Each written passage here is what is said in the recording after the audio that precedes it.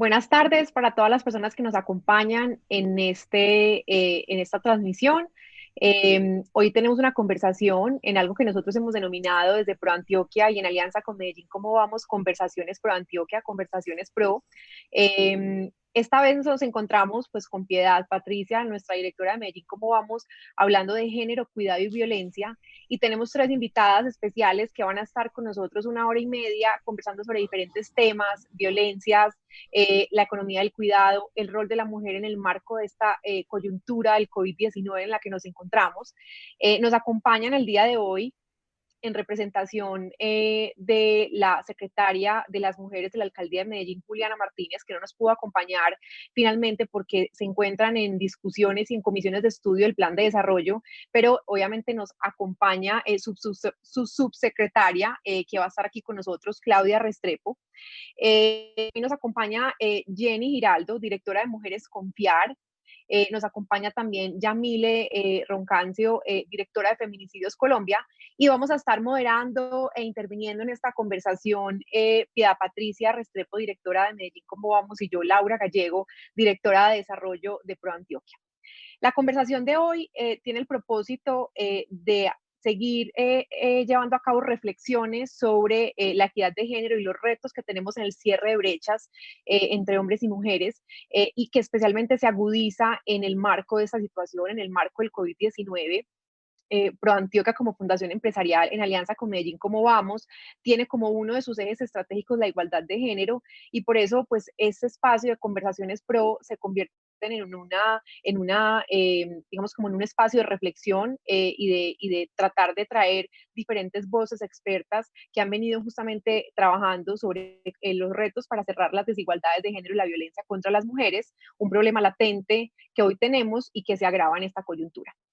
Entonces, bueno, bienvenidas a las invitadas que aceptaron estar aquí con nosotras, estar aquí en esta conversación de Pro Antioquia y Medellín, ¿cómo vamos? La verdad es un gusto tenerlas. Y como les mencionaba ahorita, vamos a tener tres, máximo cuatro ejes sobre los que queremos conversar con ustedes. Y yo voy a introducir digamos, como el primer componente de conversación, el que más nos interesa en este momento y donde creemos que las empresas tienen un reto monumental porque creemos que estos asuntos tienen que hacer parte de las estrategias de las diferentes organizaciones en términos de intentar crear una cultura asociada a romper esos estereotipos y roles de género asociados al cuidado. ONU Mujeres ha sacado múltiples informes y múltiples, digamos, datos que ponen en evidencia los retos que tenemos para entender la carga que tiene la economía del cuidado o el cuidado sobre las mujeres, especialmente en esta coyuntura. El cuidado, que además es generalmente no remunerado, se traduce en una carga en términos de costos físicos y además emocionales, así como una de las barreras más importantes para la autonomía económica de las mujeres. Representa, de hecho, uno de los mayores riesgos de esta crisis y, de acuerdo al análisis que hizo ONU Mujeres, el 74% de las mujeres son empleadas del sector sanitario y social, muchas veces excluidas de los primeros niveles de toma de liderazgo, de toma de decisiones, y son las mujeres además las que dedican, sobre todo en esta coyuntura, el doble del tiempo del trabajo doméstico y obviamente, como lo mencionaba ahorita, es generalmente un trabajo doméstico no remunerado. En Colombia, el DANE y obviamente informes especiales de ONU Mujeres han señalado que las mujeres dedican en promedio 50.6 horas, mientras que los hombres dedican 23.9 horas en promedio. Esto quiere decir pues que claramente el cuidado es uno de los desafíos más importantes que tenemos, insisto, una de las mayores barreras para la autonomía económica de las mujeres. Y por eso quisiera empezar con una pregunta para todas ustedes, para introducir su intervención y su participación en este foro. Pues dado que las mujeres siguen siendo las más afectadas al asumir desproporcionalmente el cuidado no remunerado, ¿cómo creen ustedes que se agudiza esta desigualdad en el aislamiento y cómo podemos trabajar en su reconocimiento, en su visibilización, que creo que es muy importante, y ahí clave hablar de la mesa del cuidado, y cómo podemos trabajar desde las instituciones, tanto privadas como el sector público, como las organizaciones sociales, para su cierre? Entonces, pues quiero darle la palabra para empezar a Claudia Restrepo, la alcaldía de Medellín. Les propongo que empecemos con Claudia, sigamos con Jenny, con Yamil en tercer lugar y en cuarto lugar Piedad poder intervenir en esta pregunta en particular y darle paso, una vez hagamos la ronda, al segundo tema. Entonces, Claudia, nuevamente bienvenida y empecemos a hablar de economía del cuidado, que es además una de las grandes preocupaciones que desde el sector privado queremos impulsar y queremos hacer visible.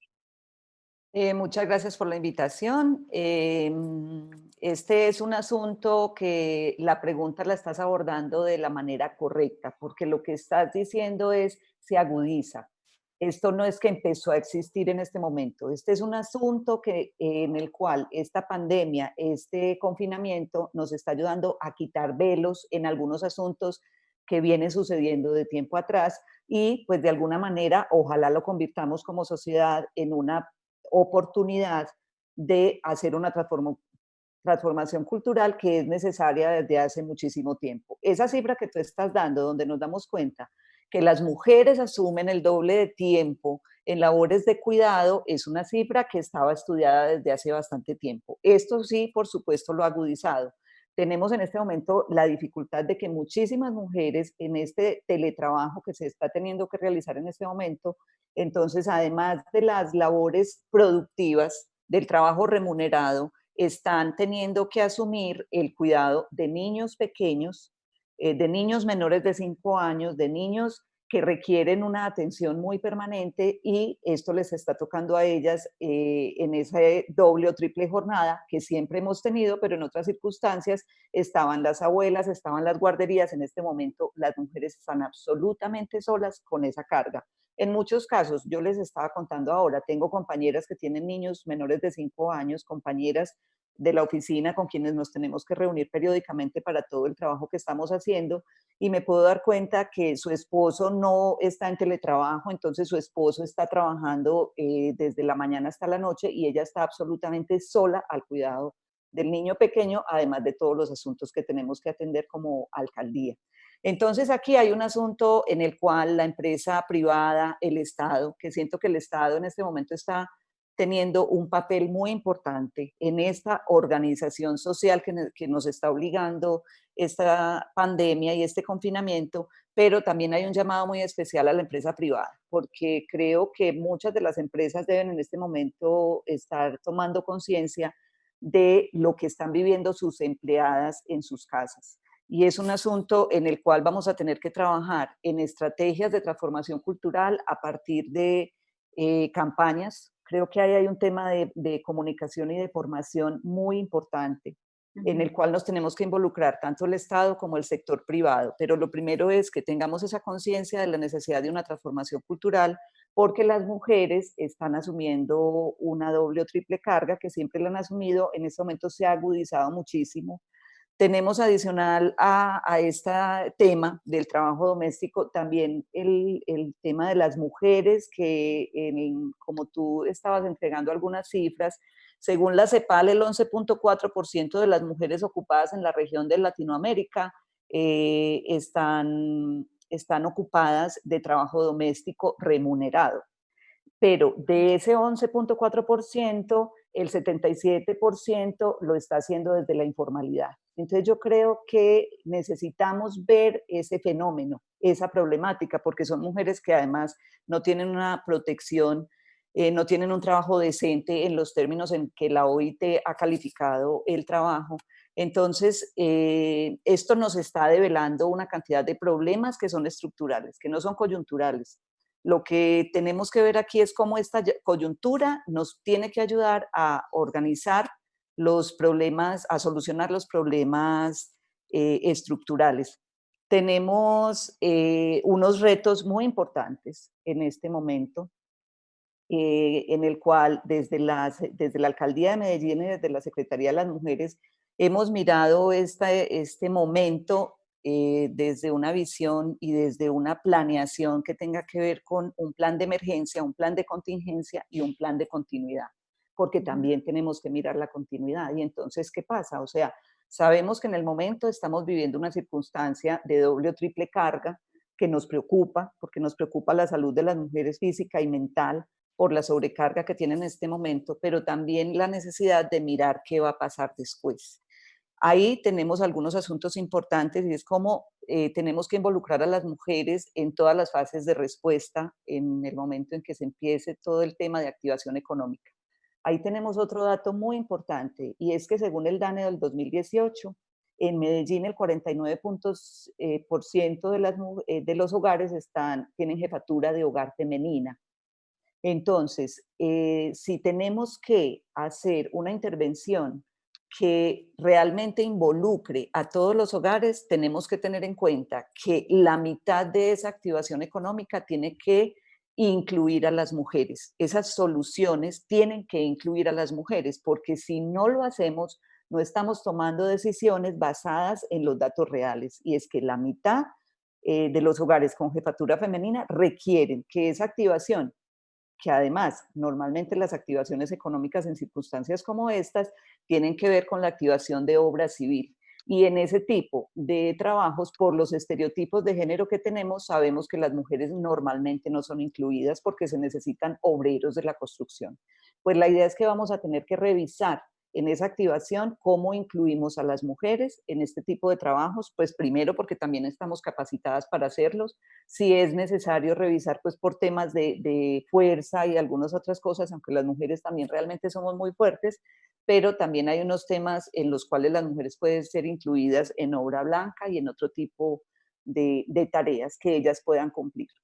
Y Claudia, perdón. sí, Me va a tocar a mí la tarea difícil. Es que no les dijimos desde el inicio la metodología, pero cuando Laura hace la pregunta, yo estoy pendiente del tiempo y ya puedes ir redondeando, por favor, Claudia. Está muy interesante. Gracias, Ahorita Claudia. podemos seguir debatiendo otros temas, pero sí tienes que redondear. Gracias. Listo, bueno, muchas gracias, Piedad. Bueno, en todo caso, además, pensando en lo que estamos planteando desde el plan de desarrollo, pues estamos hablando de un sistema de cuidado en el municipio. Tenemos también un proyecto sobre acceso a bienes de capital que tiene que ver con la posibilidad de que las mujeres puedan acceder a bienes, por ejemplo, como las lavadoras.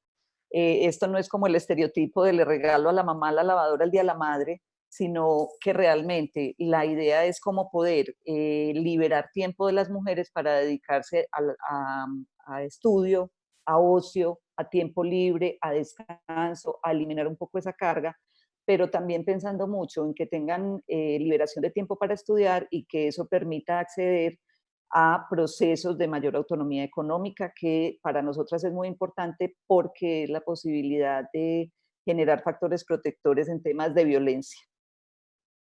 Hasta ahí. Bueno, Laura, ¿con quién seguimos? es mi turno. Jenny, adelante. Listo.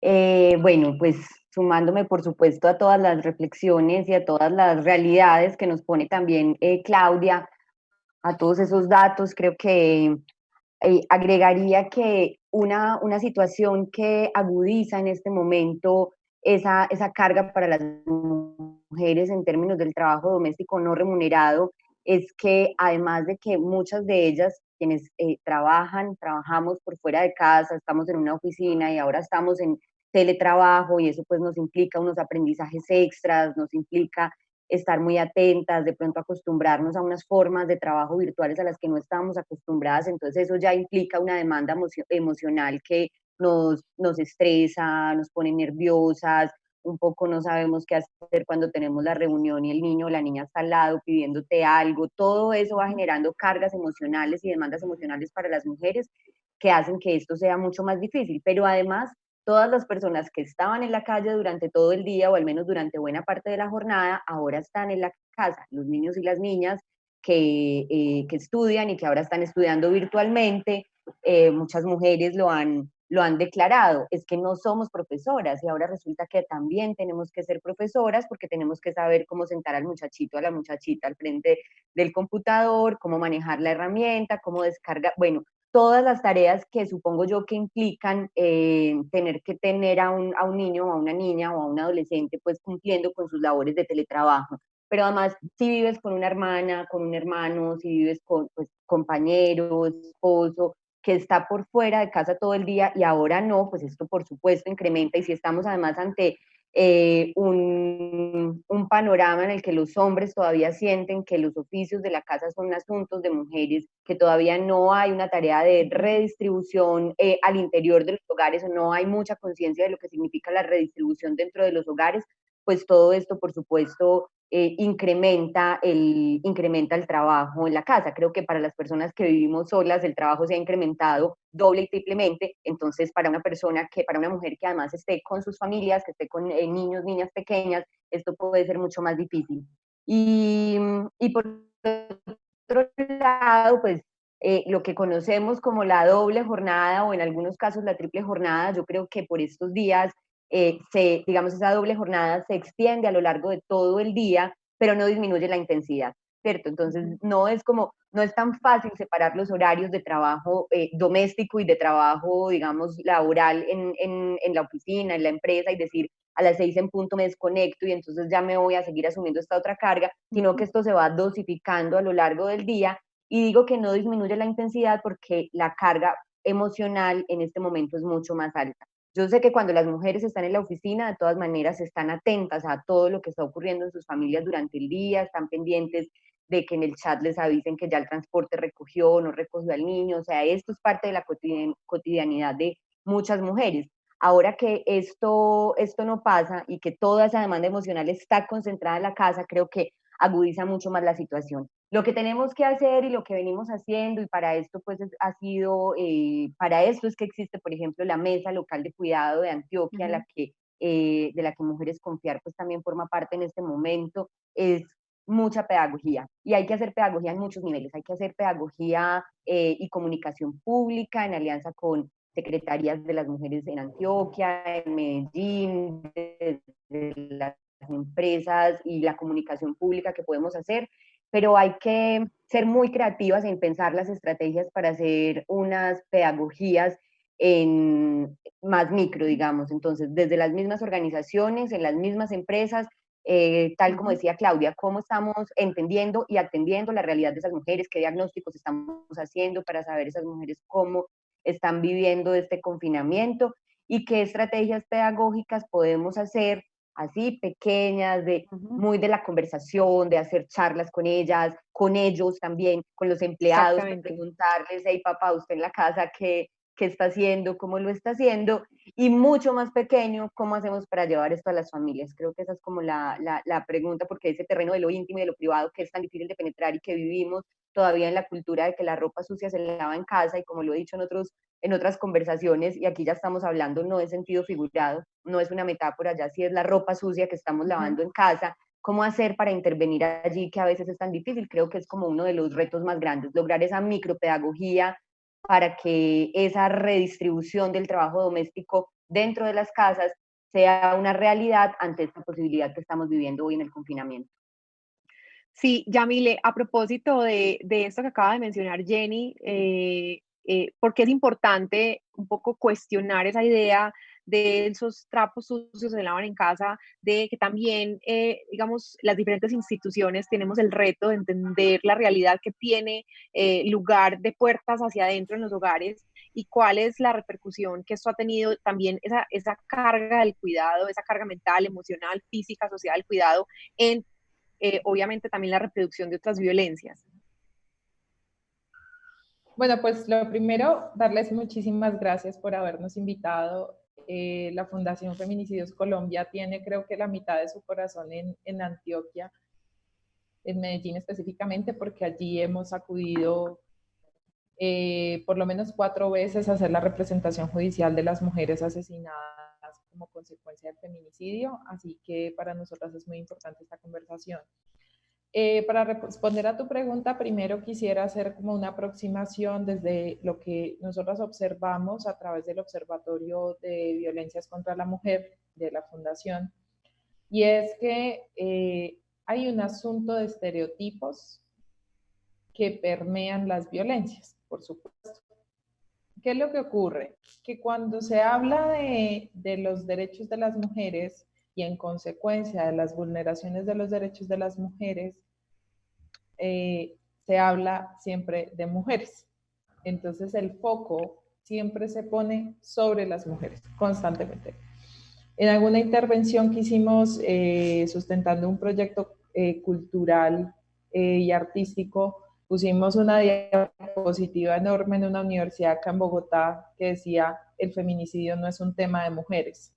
Y más de una persona se sintió un poco contrariada con lo que yo pasé a exponer, que es lo mismo que les quiero transmitir. Este no es un tema de mujeres. Tampoco es un tema netamente estatal. ¿Por qué mi emoción de esta conversación? Porque yo siempre he dicho que si el sector productivo cambia, la sociedad cambia. O sea, históricamente los cambios estatales, los cambios sociales se han dado porque el sector productivo cambia. Entonces, era lo que yo decía, hace muchísimos años existen mujeres feministas, organizaciones que vienen hablando sobre los derechos, sobre las violencias, pero eso se materializa más cuando una firma, una marca, cualquiera que ella sea, saca una campaña hablando de derechos de las mujeres. Ya eso varía, porque ya tenemos un impacto cultural. Entonces, ¿qué es lo que nosotros estamos viendo en aislamiento respecto de las violencias contra las mujeres? Uno, que se está hablando todo el tiempo de las mujeres y se les está hablando todo el tiempo a las mujeres, pero no se les está hablando a los hombres. Y resulta que quienes nos violentan, lamentablemente, proporcionalmente y estadísticamente, no necesito explicar eso, son los hombres. Entonces allí tenemos un primer problema. Tenemos un segundo problema que responde a tu pregunta de los trapos sucios se lavan en casa y tal, y es la estereotipación de la mujer que carga con todo y la mujer perfecta. Y uno de los sectores en Colombia en donde nosotras como fundación más hemos visto ese estereotipo justamente es Antioquia. ¿Por qué? Porque todo el país vive perpetuando el estereotipo de la mujer paisa que es berraca, que puede, que saca 10 hijos, que es que no le importa, que es que puede con todo, que es que se...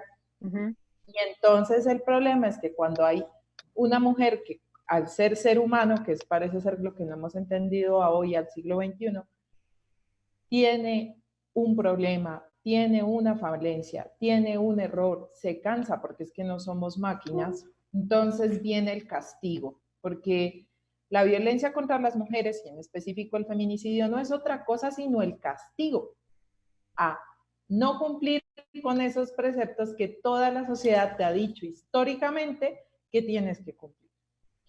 ¿Y qué pasa? Que ese estereotipo no es solamente el que está anclado en la cabeza de esa mujer que está siendo víctima, que además no quiere estar allí. Aprovecho para intentar ir desmontando esta historia, que es que a las mujeres nos gusta estar ahí, ¿sí? No solamente está en el hombre que la está maltratando, sino que está en toda la sociedad. Entonces, lamentablemente, las mujeres, cuando les decimos salgan y denuncien, yo siempre me pongo de ejemplo, porque yo soy activista en derechos de las mujeres porque fui víctima de violencia sexual. Y yo decía, en el primer momento en el que yo fui víctima de violencia sexual, a mí me dio vergüenza llamar a mi mamá, porque me sentía vulnerable.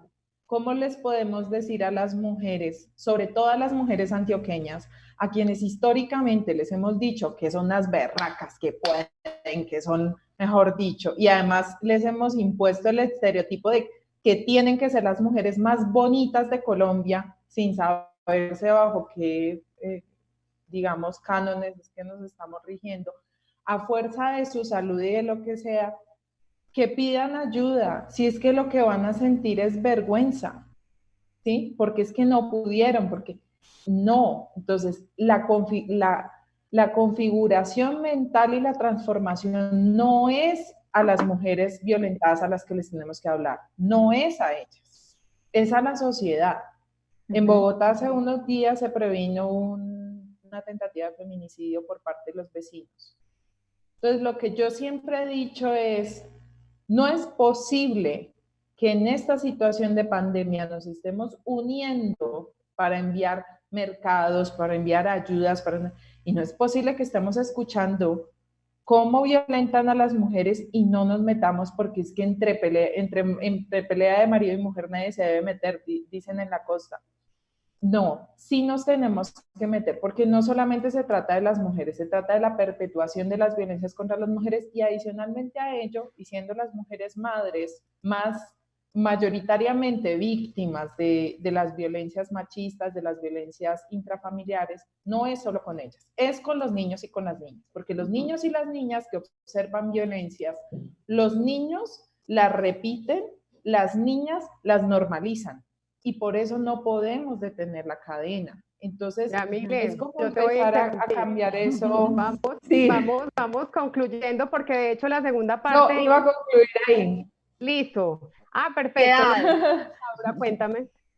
Piedad, Señora. antes de pasar, digamos, a ese segundo tema que ya nos permite con esta intervención de Yamile justamente empezar a hablar de violencias y de cómo se agudizan estas violencias en una coyuntura como esta, yo quisiera que tú hablaras un poquito de los datos que ha identificado, digamos, de los desafíos que se ha identificado desde los informes especiales que Medellín, cómo vamos, ha realizado en estos temas de género, para entonces introducir al segundo eje que va a orientar la conversación que sigue. Bueno, entonces, a ver, vamos en dos partes. Tenemos datos para este segundo panel. Para el segundo que tú mencionas, creo que hay un gran desafío en Medellín y en Antioquia, todo lo que tiene que ver con economía del cuidado. De hecho, tú en la introducción dabas datos para Colombia, pero no tenemos datos a excepción de lo que ustedes, incluso cuando tú estabas en EAFID, pudieron recabar para la política pública de mujeres en torno a las horas dedicadas al cuidado. Yo pienso que una oportunidad, como habíamos hablado en algunos días, antes de este encuentro, era la posibilidad de que la encuesta de calidad de vida de Medellín tuviera información relacionada con esa economía del cuidado y la mayor carga para las mujeres. Muy seguramente vamos a encontrar lo mismo que encontramos para el país. Entonces pienso que ahí hay una deuda, sin duda alguna, en términos de información y de cómo hacerle seguimiento al tema para Medellín, y una oportunidad podría ser la encuesta de calidad de vida. Brevemente, para hacer una anotación frente a lo que decía Claudia, en relación con que el 49% de los hogares están en cabeza de mujeres, pero es más importante incluso, Claudia, mirar cuáles de esos hogares son monoparentales, es decir, la mujer está sola criando hijos y en su hogar, y lo que encontramos es que en la mayoría de los casos, estas familias compuestas por una mujer que es líder ahí, una ama de casa, una jefe de hogar, ella en su gran mayoría enfrenta mayores niveles de pobreza y vulnerabilidad en relación con hogares donde ellos son jefes de hogar en hogares monoparentales. Entonces ese elemento de vulnerabilidad y pobreza es otro elemento a tener en cuenta frente a lo que tú decías. Y como el tiempo va corriendo, entonces yo quiero empezar ya con el segundo panel. Es un segundo panel muy ligado con el tema que nos deja Yamile, un llamado a que no pensemos este tema de violencia solamente dirigiendo el discurso hacia las mujeres, por el contrario, es un discurso que nos tiene que tocar a todos como sociedad, hombres, mujeres, niños, niñas, adolescentes, no solo mujeres adultas o mujeres mayores. Y precisamente nosotros arrancamos, Yamile y Claudia y Jenny, este panel lo pensamos porque empezamos a evidenciar, primero, desde los medios de comunicación, mucha información en relación con crecimiento de denuncias de delitos en contra de las mujeres, violencias de diferente tipo, durante esta pandemia del COVID-19. Pero adicionalmente encontramos muchos centros de pensamiento internacionales, ONU Mujeres, también el BID, hablándonos sobre que en Latinoamérica habían crecido en muchos países en un 30% o más incluso las denuncias de violencia contra las mujeres. Entonces pensamos que era la oportunidad de discutir, como tú dices, Yamile, más allá, que también lo discutimos desde ProAntioquia, desde Medellín, cómo vamos, la atención a la población vulnerable a través de mercados, a través de una renta básica, un ingreso básico, subsidios, etcétera. También consideramos que era sumamente relevante este tema. Y quiero ahí hacer una claridad que ustedes ya también lo han hecho, pero para toda la audiencia, y es que las preguntas van en dos sentidos. Lo decía Claudia al inicio y me parece muy relevante. No es que estemos descubriendo acá cosas nuevas, son cosas que ya teníamos en nuestro radar. Medellín, ¿cómo vamos? Como decía ahorita Laura, hace seguimiento a la calidad de vida de las mujeres y lo viene haciendo desde hace 2 años con informes muy concretos en relación con diferentes aspectos que afectan la calidad de vida de las mujeres. Y ahí habíamos evidenciado unas disparidades muy importantes, la mayoría de ellas en desmedro de la calidad de vida de las mujeres. Una de ellas tiene que ver con la violencia intrafamiliar. Y pero vamos a arrancar antes de la violencia intrafamiliar el tema de los feminicidios. Muy importante. Revisábamos recientemente el último informe del Sistema de Información para la Seguridad y la Convivencia en Medellín, y ese informe nos revela algo también muy importante para la ciudad, y es que la ciudad es pionera en el estudio del feminicidio, es decir, homicidios en mujeres que se obedecen a su condición de mujer, a su condición de género, mujer, y ahí tenemos un seguimiento que es continuo. Hay un comité específico interdisciplinario para estudiar estos casos y para determinar esos homicidios en mujeres, cuáles corresponden a feminicidios. Y entonces los datos, vuelvo y digo, pues internacionales nos muestran que ha habido un aumento de la violencia en contra de las mujeres, pero en el caso de Medellín, por lo menos la información más reciente que tenemos, nos muestra a 31 de marzo que tenemos 9 casos de homicidios en mujeres, 7 de ellos son considerados preliminarmente como feminicidios, uno más en relación con el periodo inmediatamente anterior. Entonces, es un dato importante. Yo quisiera ahí que Claudia, cuando nos responda, nos cuenta si tiene información más actualizada. Importante entender si sí efectivamente ha aumentado el feminicidio en esta coyuntura de confinamiento social, de aislamiento social, donde en general sí crecen esas violencias contra la mujer. Ese sería el primer aspecto, pero creo que más importante aún para que respondan nuestras panelistas tiene que ver con el problema público que hay detrás. Recientemente nosotros con ProAntioquia también hicimos un documento de observaciones al anteproyecto del plan de desarrollo y decíamos que la mayor debilidad era el no establecimiento de problemas públicos con causas y consecuencias. Entonces creo que no se trata solo de contar cuántos feminicidios hay, sino de entender cuáles son las razones que hay detrás, que nos ayuden a entender el problema y por supuesto a enfrentarlo a través de diferentes estrategias. Y aquí retomo, antes de darles la palabra a las panelistas, a Mauricio Rubio, un economista que se ha dedicado desde hace algunos años a estudiar temas de género, mujeres, violencia contra las mujeres, etcétera. Y él decía que es fundamental entender con método científico, entender las diferencias entre los sexos y de alguna manera entender cómo estas terminan en violencia en contra de las mujeres. Él dice que los hashtags ayudan en algunos casos a visibilizar, como decía Yamile, pero en la práctica no entender el problema público que hay detrás. Y por eso, en muchos casos, y lo retomaré en la segunda pregunta en este panel sobre violencia intrafamiliar, no entendemos bien los fenómenos y por eso repetimos a lo largo de la historia los mismos patrones, no somos capaces de romperlos. Entonces quisiera, resumiendo, entender un poco cómo ha sido la evolución para Colombia, si se tiene la información, para Medellín, durante este confinamiento de los feminicidios y más allá de la coyuntura, tratar de entender cuáles son las razones que hay detrás para que estos feminicidios ocurran y qué podemos hacer en consecuencia como sociedad. Le doy la palabra entonces a Claudia.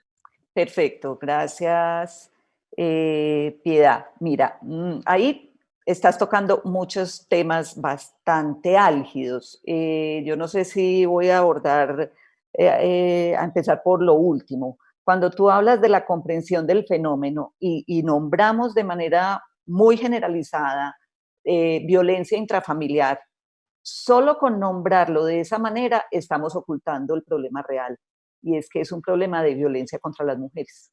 Y es un problema, como nos decía Yamile, que tiene que ver con el tema de los roles y los estereotipos que están muy arraigados en nuestra cultura absolutamente machista, y es la mujer quien recibe toda la carga violenta porque empieza a salirse de esos roles que además son la manera como está organizada una sociedad y que muchas veces genera respuestas violentas, el que vengan ahora unas mujeres con unas ideas nuevas a querer cambiar el mundo bien ordenadito que lo teníamos y no vamos a permitir que nos lo desordenen. Entonces ahí viene una carga violenta contra las mujeres. Entonces el solo hecho de que hablemos de violencia intrafamiliar y lo metamos todo en ese paquete hace que dejemos de ver el problema tal cual es. Entonces yo creo que una de las primeras cosas es entendamos que aquí hay un tema y es violencia contra las mujeres, que ahí hay unos roles, que ahí hay una cultura y que tenemos que empezar a trabajar en la transformación de esa cultura. Entonces, ya para que empecemos a hablar de las cifras, tenemos en Medellín, y como tú lo decías, Medellín es pionera, pero es que Medellín viene trabajando desde el año 2008 en una conformación de un Consejo de Seguridad Pública para las mujeres, porque desde la Secretaría se pensó que la ciudad tenía un Consejo de Seguridad Pública general para la ciudad y que era necesario crear un consejo que abordara las problemáticas de la violencia contra las mujeres como un asunto importante para la ciudad, pero que además requería una mirada especial para la ciudad. Entonces, también es importante que vamos entendiendo cómo en la construcción de la ciudad y de todo este asunto que ha ayudado a que esta ciudad sea pionera es porque ese paso ya se dio. Y yo les quiero contar que estabas hablando ahora que existe una instancia y es que ese Consejo de Seguridad Pública para las Mujeres, que es un consejo que es interinstitucional, tiene una comisión primera. Esa comisión primera está integrada por la Procuraduría General de la Nación, la Defensoría del Pueblo, la Personería de Medellín, la Fiscalía General de la Nación Seccional Medellín, con CAIBAS, CABIF, CAP, Cuerpo Técnico de Investigación del CTI, el Instituto Nacional de Medicina Legal y Ciencias Forenses, la SIJIN, el Ministerio de Salud, la Unidad de Atención y Reparación Integral a Víctimas, la UNP, es decir, pues no termino de nombrar las entidades que están involucradas en esa comisión primera. Esa comisión también tiene dependencias de la Alcaldía de Medellín y tiene también una subcomisión de clasificación para poder determinar si eso que sucedió, de hecho, fue un feminicidio o no fue un feminicidio. Y tiene otra subcomisión que es el seguimiento a casos. Entonces aquí hay como toda una organización interinstitucional, porque no puede ser de otra manera, que es la que nos permite tener no solo el dato, que ya el hecho de tener un sistema de información de la seguridad y la convivencia de la ciudad, que ha sido toda una construcción también. Yo les quiero contar que cuando eso arrancó, empezaban a decir los homicidios en Medellín en el primer trimestre del año fueron 8 y de pronto la policía decía no, fueron 10 y de pronto Medicina Legal decía no, fueron 9 y de pronto Metrosalud decía no, fueron 11.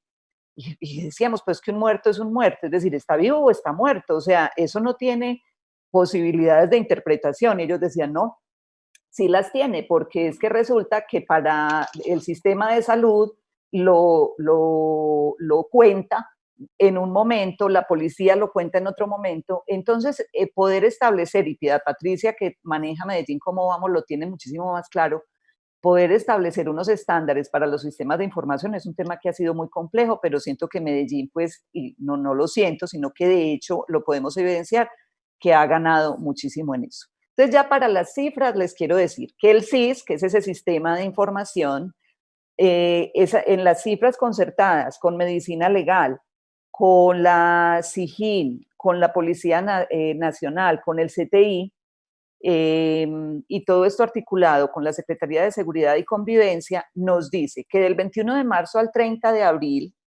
está contando 41 días de aislamiento, se registraron 3 homicidios de mujeres. Del 9 de febrero al 20 de marzo, es decir, 41 días antes del aislamiento, se registraron 7 homicidios de mujeres. Comparativamente, se evidencia una disminución de 4 casos que representan el 57%. Es decir, esta es la cifra real de la que estamos hablando en la ciudad de Medellín, en lo que tiene que ver con feminicidios. En lo que tiene que ver con violencia y en lo que tiene que ver con nuestros mecanismos que son de prevención y atención a las violencias, que tenemos una línea 123 Mujer, que es para llamada en emergencia, y luego la asesoría psicojurídica, ya tenemos unas cifras que son distintas, pero creo que voy cerrando aquí en el tema de feminicidios. Perfecto, muchas gracias. Seguimos con Jenny.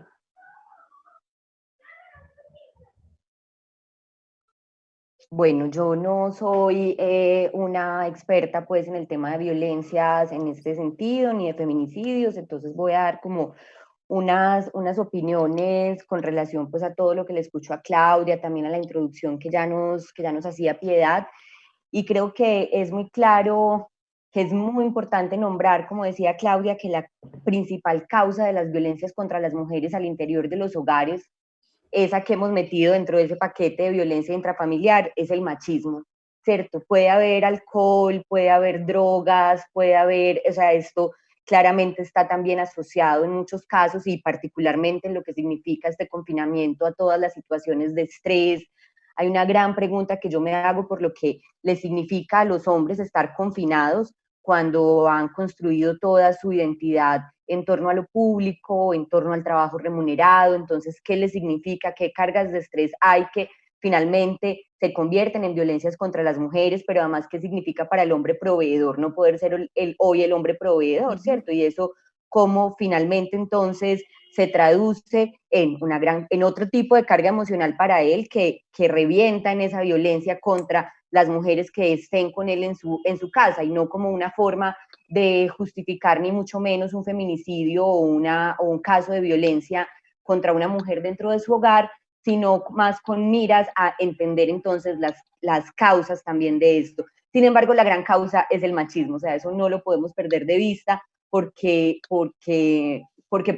¿Cierto? ¿Por qué cuando estas situaciones de estrés se presentan, cuando no consigo la comida, cuando no tengo lo que debo tener para seguir como el proveedor de mi familia, pues golpeo a la mujer que tengo al lado mío en la casa, ¿cierto? Porque esa mujer con quien debería estar construyendo una relación de cuidado mutuo, una relación de corresponsabilidad frente a esa situación a la que nos lleva un confinamiento, ¿por qué termino golpeándola? ¿Por qué termino creyendo que ella es la responsable, o así no crea que es la responsable? ¿Por qué termino agrediéndola a ella? Entonces creo que ahí entender el machismo como la principal causa, a pesar de que pueden haber otras causas alrededor, es muy importante. Y yo creo que también tendríamos que estar constantemente haciendo el monitoreo y la pedagogía con relación a la interconexión que hay entre todas las violencias machistas, ¿cierto? O sea, nos pasa con mucha frecuencia que creemos que todo esto está aislado, que no entendemos por qué las mujeres están reclamando que, no sé, que tengamos mayor corresponsabilidad doméstica, porque creemos que no tiene nada que ver con la violencia doméstica, que las mujeres sean las que se hagan cargo del 100% del trabajo del cuidado del hogar, o porque creemos que no tiene que ver con la violencia doméstica el hecho de que cuando la niña sale a la tienda, pues los hombres le pueden decir cualquier cosa y no pasa nada con eso, porque pues es que no la está matando, o sea, no seas exagerada. Entonces yo creo que tratar de establecer siempre y de poder dejar evidencia de cuáles son las conexiones que existen entre los diferentes tipos de violencias machistas, desde la verbal, la psicológica, la física, y cómo esto va haciendo un acumulado que puede terminar en un feminicidio, es también muy importante. Creo que es un reto para la alcaldía y para los programas de sensibilización, de pedagogía, y también para las rutas. Yo creo que uno de los grandes obstáculos que tenemos las mujeres para las denuncias, que muchas veces serían la manera más efectiva de prevenir un feminicidio, está en la violencia institucional y en lo que pasa en la revictimización que sufrimos las mujeres cuando hacemos una denuncia, porque pues resulta que esto no pareciera tan importante, resulta que esto no es una cosa tan denunciable en este momento, esperemos ahí, y mientras eso pasa, pues entonces violencia física, violencia sexual y finalmente un feminicidio. Entonces creo que ese es también como uno de los retos más importantes. Gracias, Jenny. Yamile. Bueno, a ver, yo he venido durante el último año alabando algunas cosas respecto del manejo de los feminicidios en Medellín, no en Antioquia. Quiero hacer esa distinción. En Medellín, no en Antioquia. ¿Qué cosas hemos visto muy buenas? Principalmente un talento humano, digamos, desde la Fiscalía, que se preocupa porque los casos de feminicidio sean analizados en clave feminista y con enfoque diferencial y de género. Y eso sí puedo dar cuenta directamente porque me he sentado con las fiscales especializadas en ello a trabajarlo. Y sin duda la justicia, es decir, efectivamente vemos el avance en los casos mucho más rápido que lo vemos en Bogotá, en Cali, en otras ciudades principales. Eso es indiscutible. Estoy de acuerdo con las cifras porque nosotras, además, como fundación, fuimos llamadas a ser parte del Consejo de Seguridad para las Mujeres. Hemos estado en 2 reuniones en las que yo he podido movilizarme hasta Medellín y de manera virtual también, y ha sido muy valioso. No obstante, aquí viene el pero, son las críticas constructivas que queremos hacer. Primero, a nosotras nos parece inadecuado que se siga utilizando el violentómetro como una estrategia pedagógica. El violentómetro no debe utilizarse como una estrategia pedagógica. Justamente hace un segundo, antes de conectarme con ustedes, estaba haciendo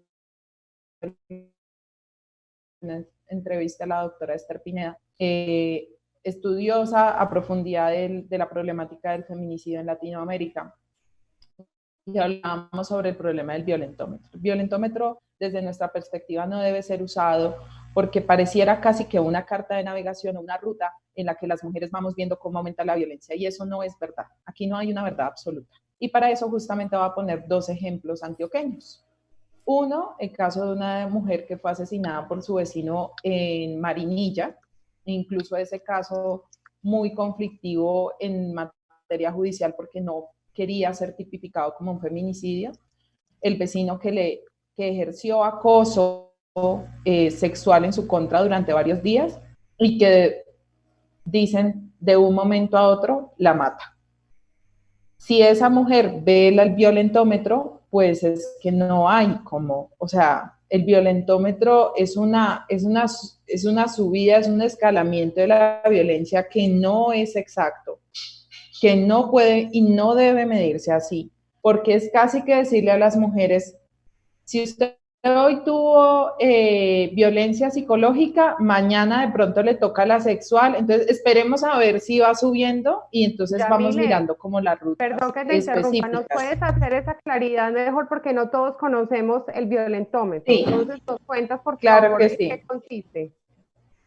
El violentómetro es una estrategia pedagógica que ha venido siendo usada no solamente por la alcaldía de Medellín, eso sí no es verdad, sino que fue una estrategia pedagógica diseñada, entre otras, por una universidad mexicana, en la que se establecen como las subidas en la violencia contra las mujeres. Entonces, la violencia psicológica, los malos tratos, después la violencia física, después la violencia sexual y por último el feminicidio.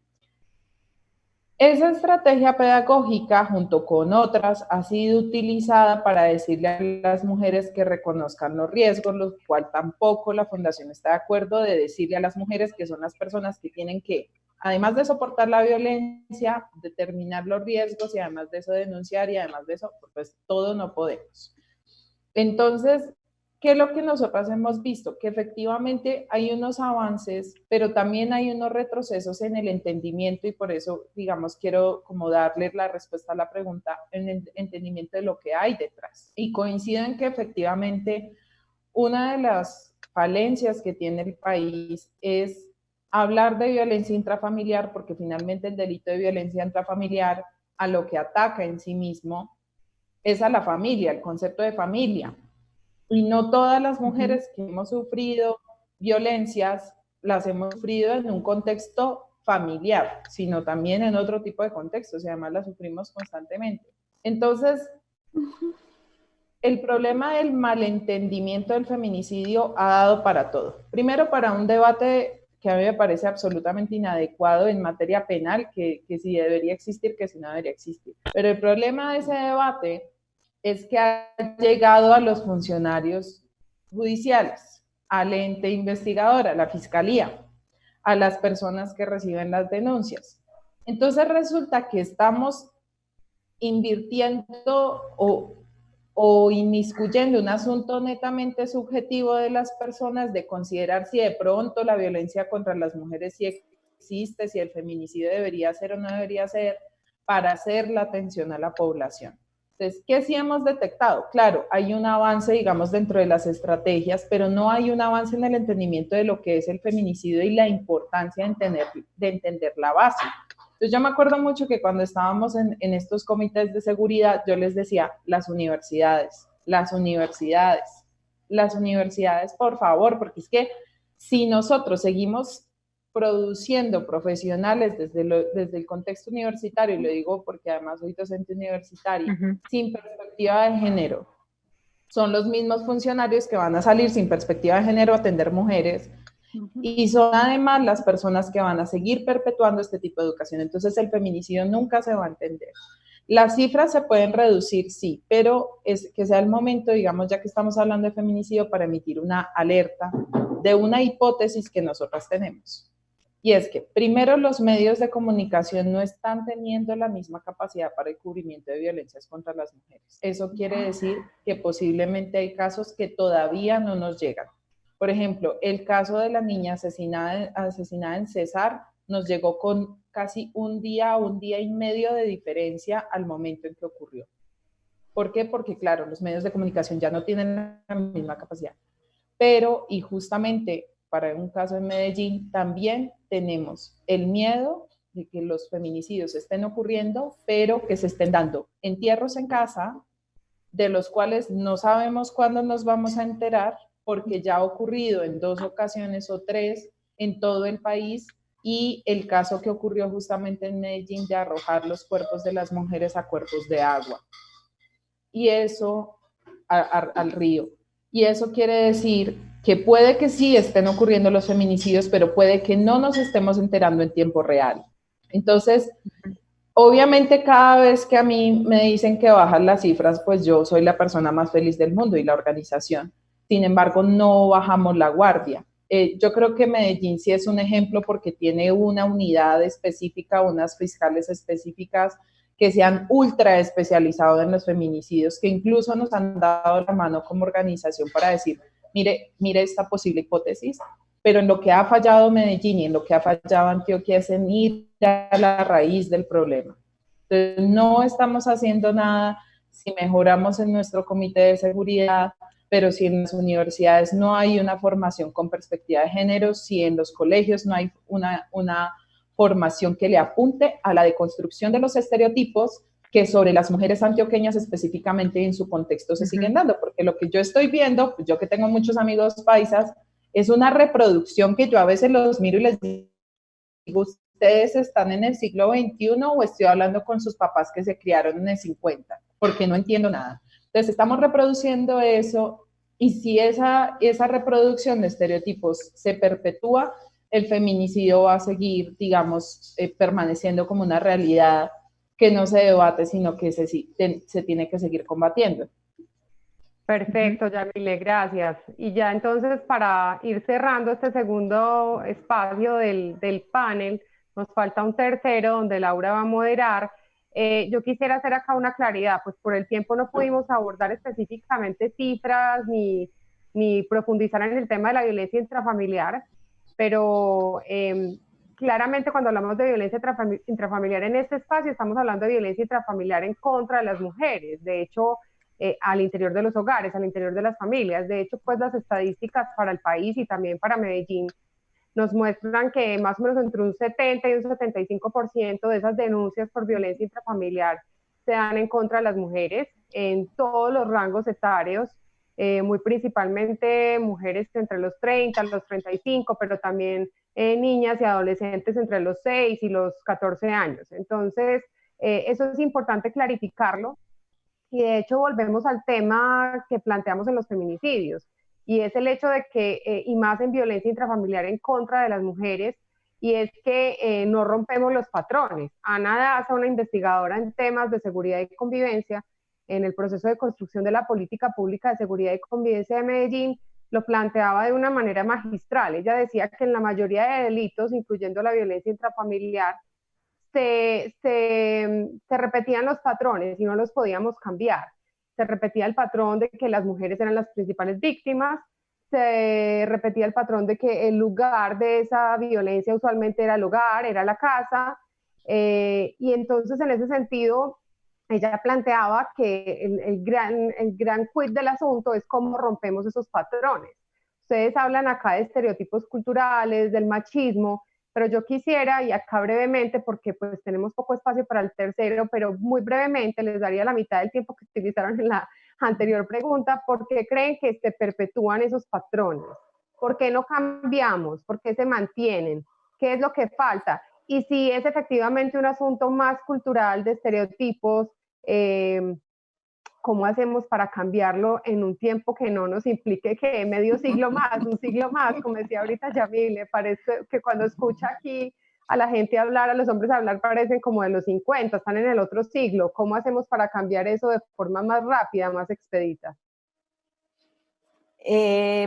Bueno, digamos que hay un asunto que metodológicamente se ha implementado para no demorarnos 300 años, sino tratar de acortar el tiempo, que son las acciones afirmativas, que en general también han sido muy mal comprendidas. Por ejemplo, cuando se plantea una ley de paridad y se le dice a los partidos políticos deben tener el 30% de mujeres como integrantes de su partido, y hay una mala comprensión de una acción afirmativa como esas, entonces muchas mujeres dicen, yo no quiero nada que yo no me haya ganado, porque yo tengo todos los méritos, porque yo tengo toda la capacidad, entonces gracias, pero no gracias.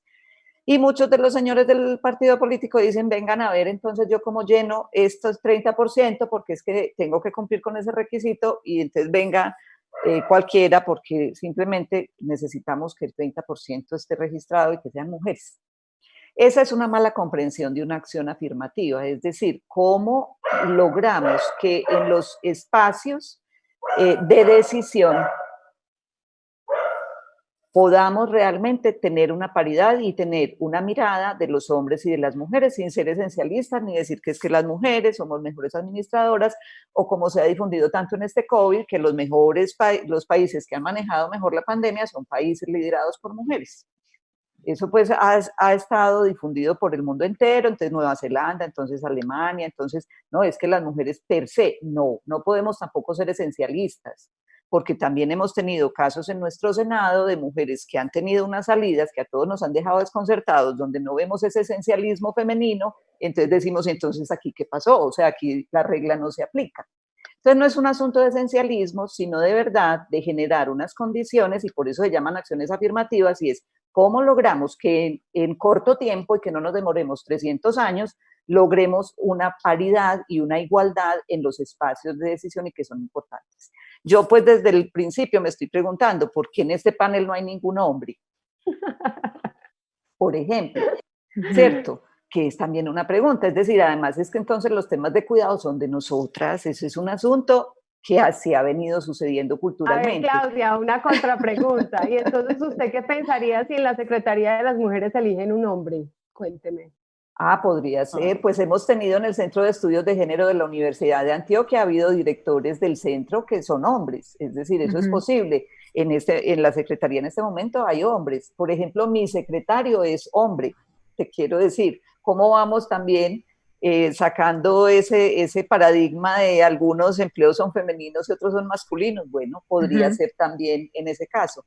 Pero aquí el asunto es cómo logramos en menor tiempo. Yo creo que la lucha feminista es la revolución que ha logrado la mayor transformación sin campos de batalla llenos de muertos y heridos, y ha logrado en corto tiempo una real transformación. Nos falta mucho. Lo que hemos dicho muchas veces es, las mujeres ya salimos, más o menos en los años 50 del siglo XX empezamos a salir, los hombres no han entrado, pero resulta que ahora el COVID los entró.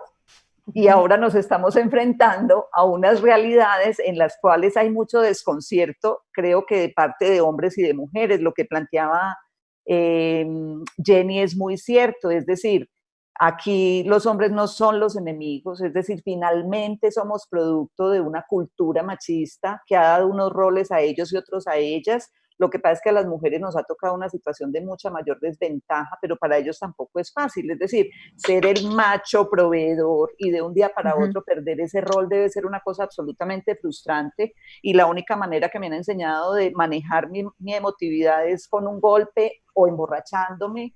Es decir, esos todos son patrones machistas que tenemos que empezar a cambiar. ¿Cómo cambiamos eso? Para responder a tu pregunta, Piedad, un asunto muy importante es el tema de la educación. y tenemos que empezar desde el buen comienzo. Es decir, los cuentos infantiles de una manera absolutamente tóxica reproducen todo este tema de los estereotipos. Es impresionante. Es decir, cuando uno se pone a mirar los cuentos y le pone un poquito la perspectiva de género, se da cuenta que los cuentos se están reproduciendo. Nuestras maestras de preescolar, que el 99% además son mujeres que también reproducen este patrón cultural, porque es que si nacimos en una cultura así no podemos esperar algo diferente. Entonces yo creo que tenemos muchas tareas en el sector público y desde el Estado. Hay una oportunidad porque el COVID nos está enseñando y desde otros países hemos visto que nos tocó que el Estado se meta a la casa, porque el feminismo también ha dicho, es que lo privado es político, lo íntimo también es político. Entonces, el Estado se va a tener que meter a la casa y se va a tener que meter porque tiene que pensar en un ingreso básico o renta básica, porque va a tener que generar unas alternativas de seguridad alimentaria, pero también porque va a tener que generar una garantía de derechos para todos sus integrantes y entre esos derechos está una vida libre de violencias para las mujeres, que en más del 73% son sobre quienes recae todo el tema de la violencia al interior de las familias. Entonces, trabajo por hacer tenemos mucho, el Estado tiene que asumir unos roles a partir de esta pandemia, pero también aquí, y esperando también que ustedes nos cuenten desde el sector privado y desde las empresas, cómo también se ponen la camiseta, porque es indispensable para que logremos esa transformación. Jenny.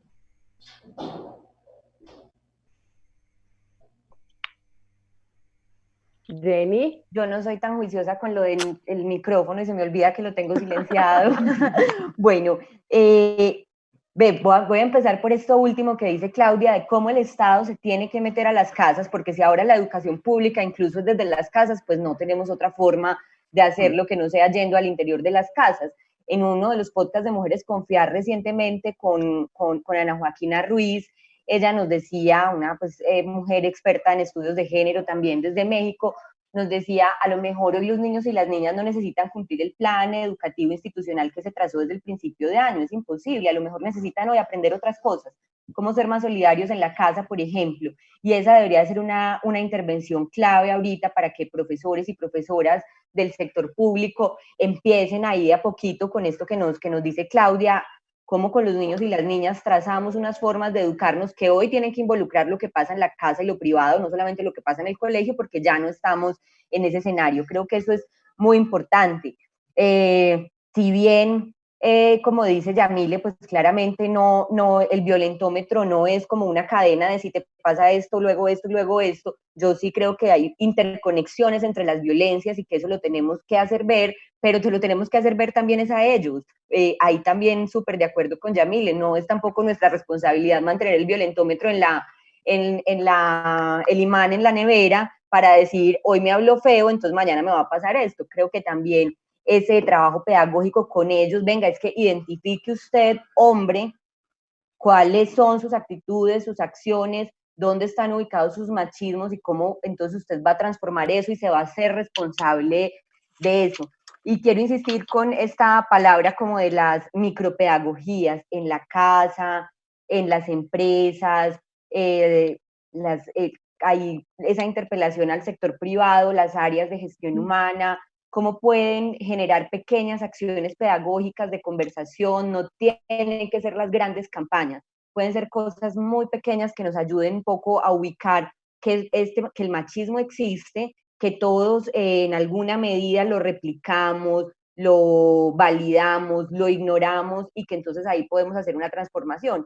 Y yo creo que una cosa que sí es muy grande, muy importante, no, espero que no nos tome 300 años, nos puede tomar, sí, tampoco pues es una cosa de meses, pero la despatriarcalización de la justicia y hacer una justicia efectiva tiene efectos sobre ese otro problema cultural, porque en la medida que esas violencias contra las mujeres sean una bobada, sea el trapo sucio que se lava en casa, esto no tiene nada que ver con nosotros, y entonces los hombres tienen como esa conciencia de que saben que pueden cometer una cantidad de violencias y delitos machistas contra las mujeres que no son efectivamente sancionadas, que no son efectivamente castigadas, pues entonces cada uno de ellos va a seguir sintiendo que esto es que es posible hacerlo y que no hay ninguna consecuencia. Entonces, en la medida que también haya consecuencias de manera seria, con una justicia que se despatriarcalice y que se tome muy en serio las violencias contra las mujeres, eso tiene que tener consecuencias mucho más rápidas y efectos mucho más rápidos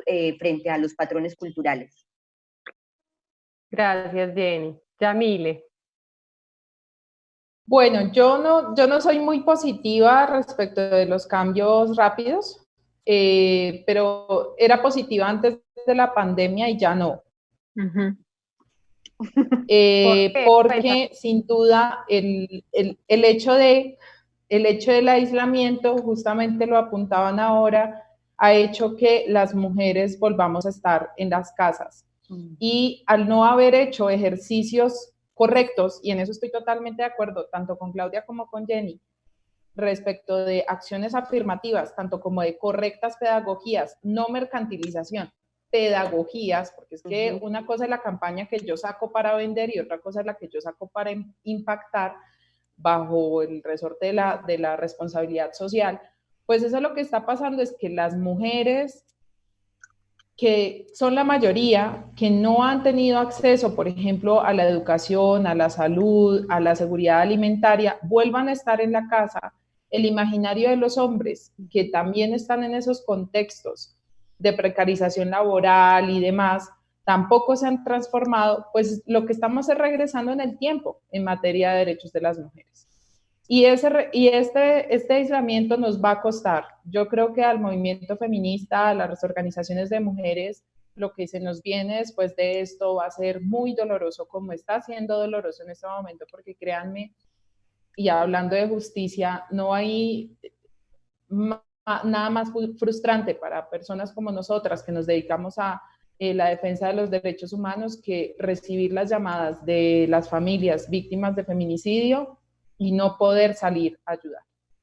O sea, esto es absolutamente dramático porque son familias que quedan sin mujeres, que son cabeza de hogar, que eran las que sostenían la familia económicamente y ahora entonces tienen 3 dramas. Uno, no pueden asistir al funeral de su ser querido, lo cual es terriblemente doloroso porque los procesos de duelo se detienen y tienen una afectación en la salud mental terrible. 2, tienen los niños y las niñas que fueron testigos del hecho y eso no está siendo atendido de manera adecuada en salud mental y eso ya lo hemos dicho en muchos escenarios porque no se acude a atender a las niñas y a los niños en esos momentos. Y 3, pues imagínense el drama de no tener para los gastos funerarios y tampoco tener para seguir adelante. Entonces, es terriblemente doloroso decirlo. Yo siempre digo que siempre que a mí me invitan, yo soy la persona que llega a dar las malas noticias o a dar una perspectiva no tan positiva, pero creo que es mi deber hacerlo y es que creo que tenemos una regresión. ¿Cómo lo pueden cambiar? Mi respuesta siempre creo que va a ser la misma.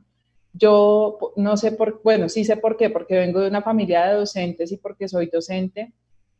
Considero que no es ni siquiera la educación en las familias, sino la educación afuera, la educación universitaria, la educación en los colegios, la transformación de los docentes, de los educadores y las educadoras en materia de derechos de las mujeres y las niñas. Yo que soy docente de derecho siempre inicio mis clases preguntándoles cuántas clases han tenido en las que les expliquen cuáles son los derechos de las mujeres y las niñas, que son diferentes al del resto de la sociedad justamente por las opresiones que vivimos. La respuesta es ninguna.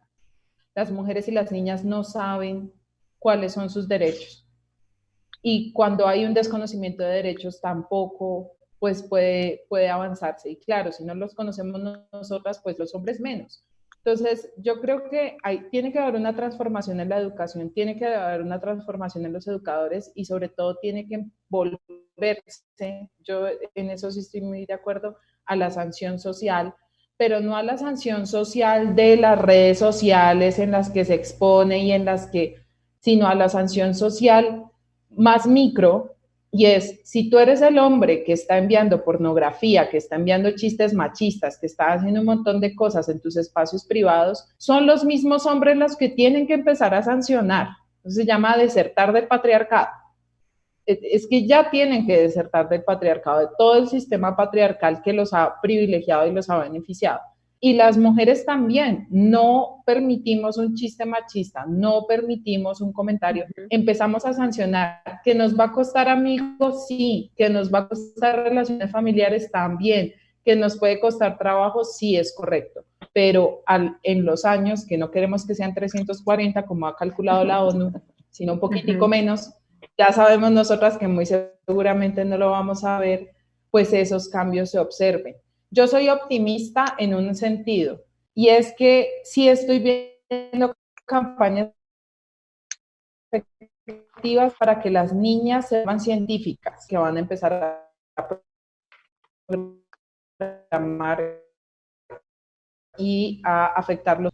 Y cuando se afecta la inteligencia artificial, vamos a dejar de ver cómo, digamos, todo se sustenta alrededor de los deseos, del ojo masculino y demás. Así que yo creo que esa es otra forma, y es que tengamos muchas más niñas científicas, médicas, ingenieras, que nos desmarquemos un poco de también el estereotipo de las carreras de las ciencias humanas. Eso también nos va a permitir avanzar. Gracias, Yamile. Le doy la palabra a Laura.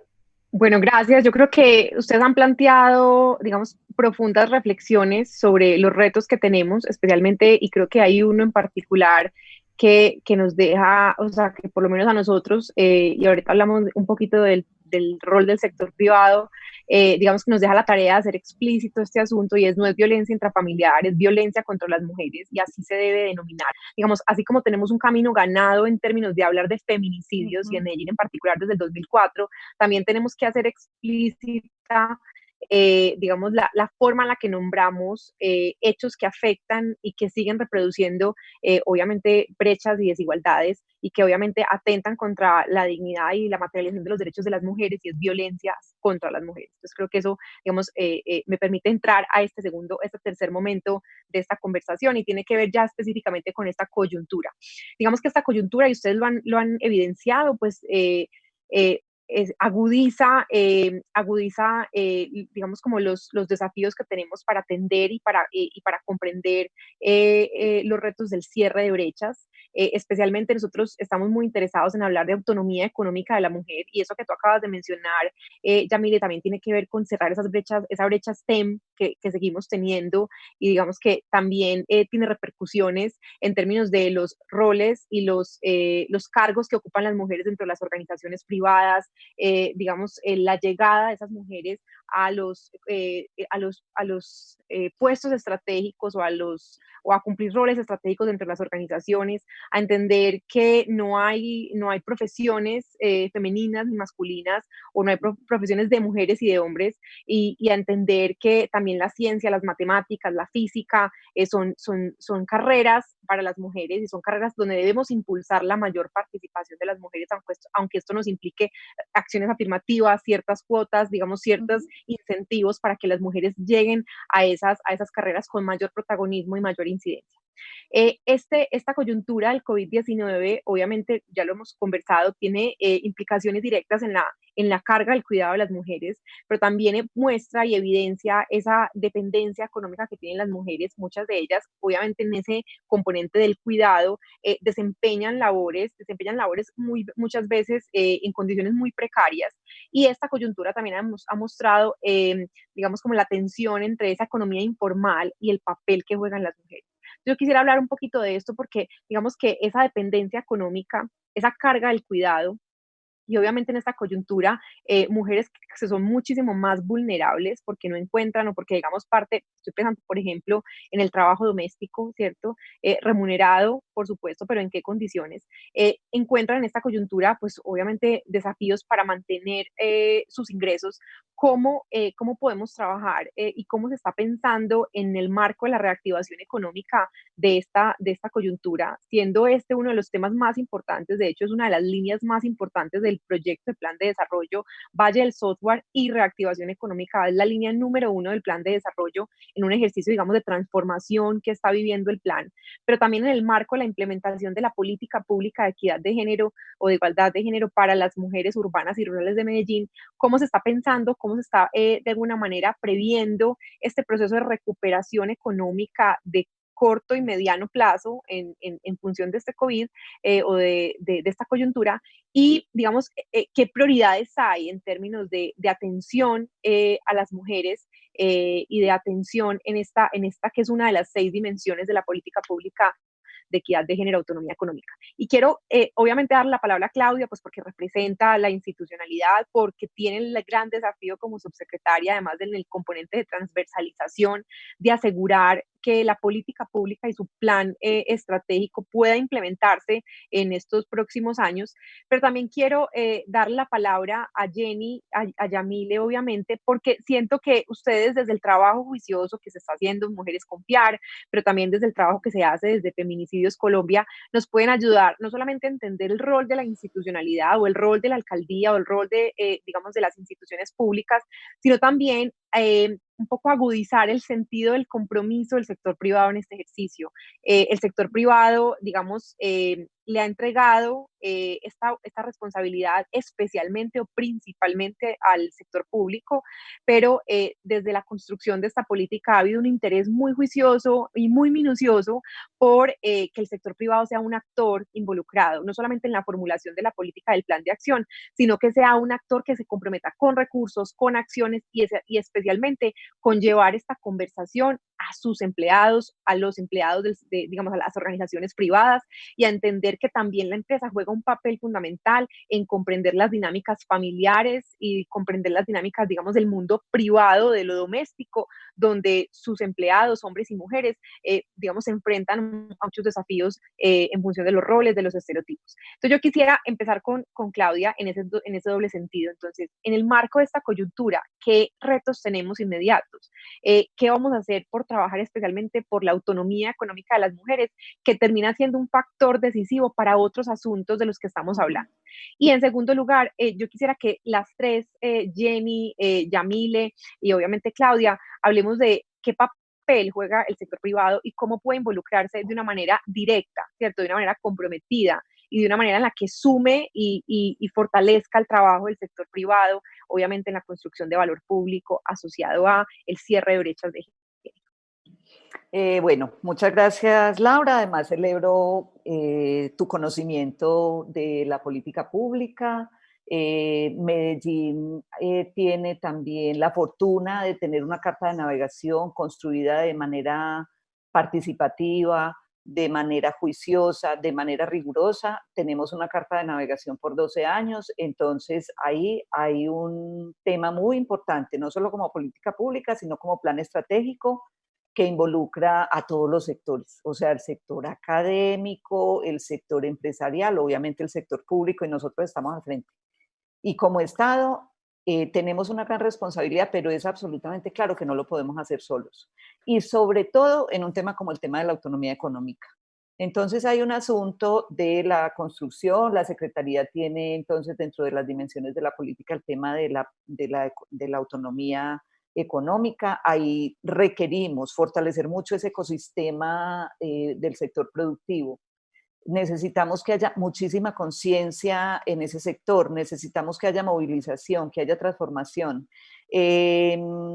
Laura y Piedad, pues ustedes que están al interior de ProAntioquia, yo quiero contarles que en ejercicios que yo hice de consultoría y de asesoría a empresas privadas, con solo empezar a trabajar y a llevar algunos temas, los directivos de las empresas de pronto se quedaban y decían, ¿y será que mis empleados maltratan a sus parejas? ¿Y será que esto pasa en la gente que yo tengo en mi empresa? ¿Será que eso es posible? ¿Será que esa estadística que me estás diciendo que 3 de cada 10 mujeres sufren esto, entonces las compañeras, las parejas, las esposas?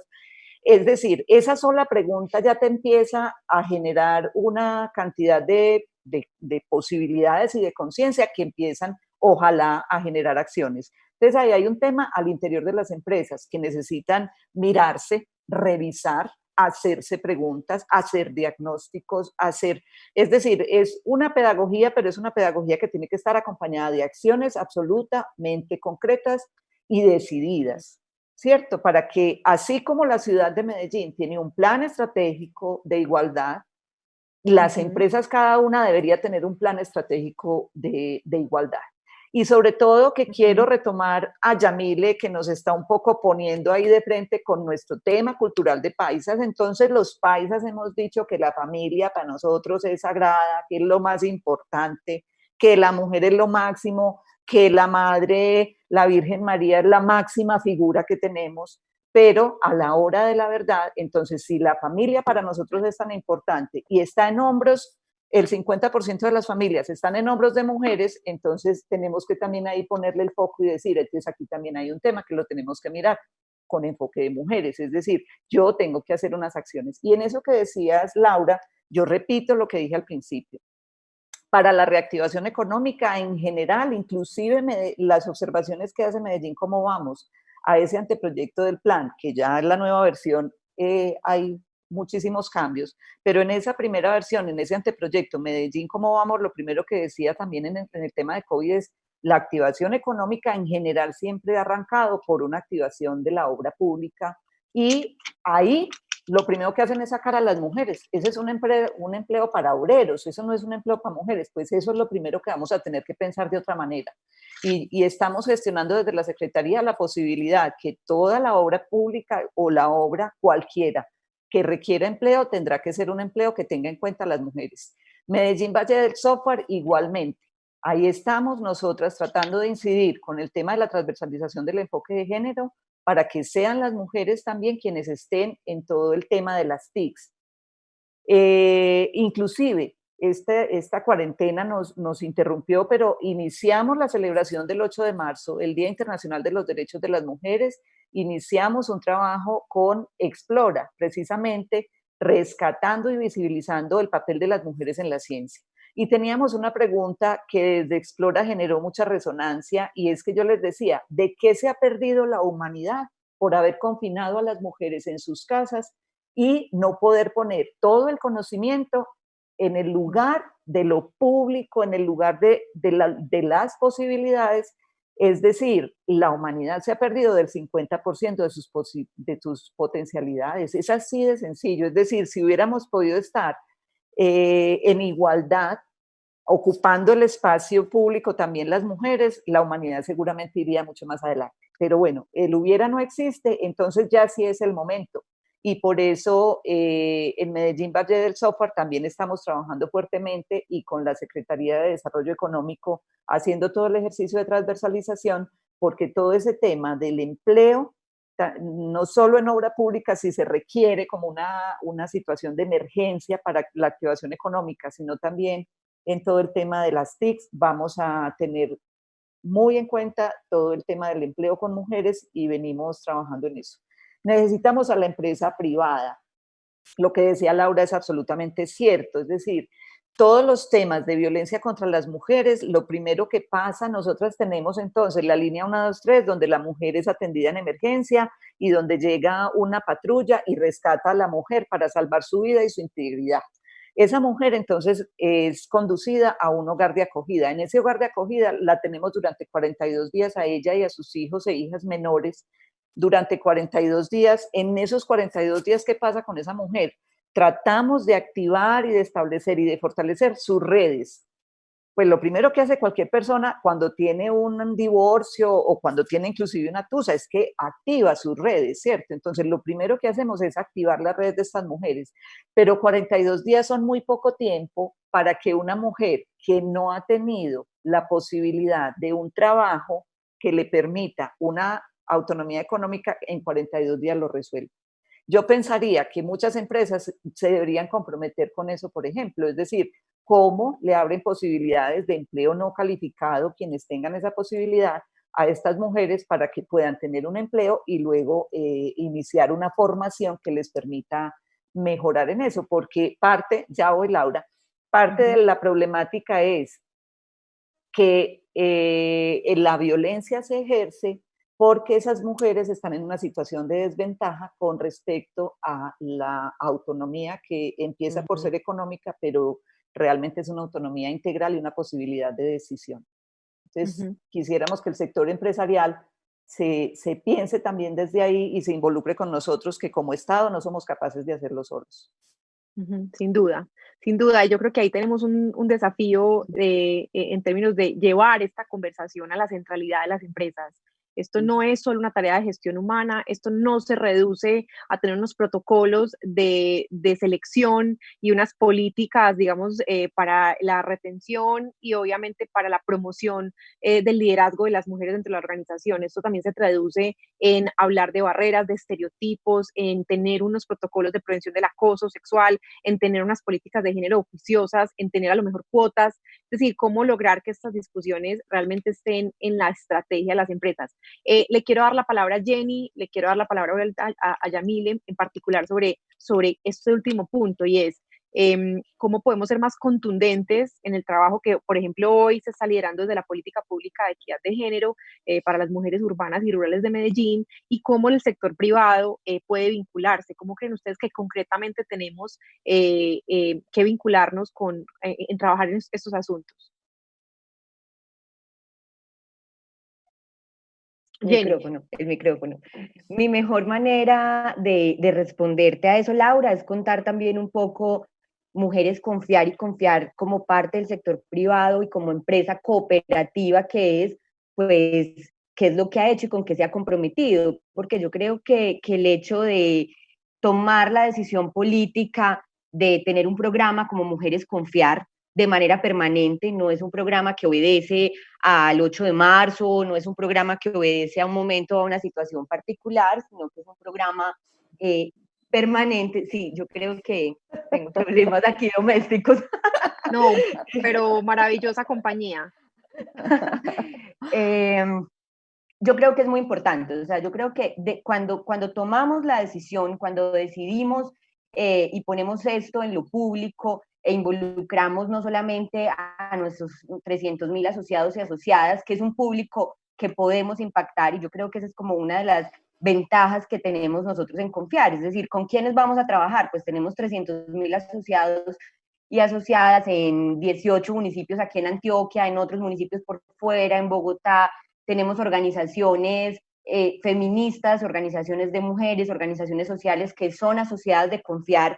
Entonces tenemos un gran público con el cual podemos trabajar e impactar desde nuestras estrategias pedagógicas y comunicativas, y en eso estamos como muy concentradas en este momento.